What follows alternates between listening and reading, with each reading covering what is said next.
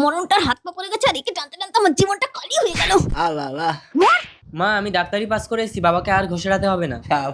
তার মানে তো তুই এবার অনেক টাকা আয় করবি না? এই তোমার সরকারি হ্যান্ডিক্যাপ ভাতা আমার আর লাগবে না। বাবা এক কাজ কর, স্বপ্ন নিলে এই বোঝাটাকে ফালতু না টেনে একে একটা বিষ ইনজেকশন দিয়ে মেরে দে। মা না ঠিক আছে, তুই যদি না পারিস আমি খাবারে বিষ মিশিয়ে খাইয়ে দেবো। না না, আমাকে কিছু একটা করতে হবে, নইলে মা বাবাকে মেরে ফেলবে। না না না মা, তুমি মারলে পুলিশ কেস হতে পারে, আমি ব্যবস্থা করছি। না দেখি বাবা। না কিচ্ছু হবে না, কিচ্ছু হবে না, অল্প একটু লাগবে তারপরে মরে যাবে। একটু সহ্য করো আমার সোনা, একটু সহ্য করো।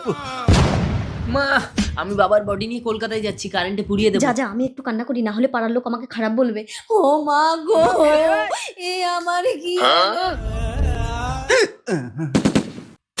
এ কি, আমি দাঁড়াতে পেরেছি স্বপ্ননীল? হ্যাঁ, আমি তোমাকে অজ্ঞান করে ভালো হওয়ার ইনজেকশন দিয়েছিলাম বাবা। তার মানে তো আমি আবার চাকরি করতে পারবো। না বাবা, তোমাকে চাকরি করতে হবে না, তুমি কদিন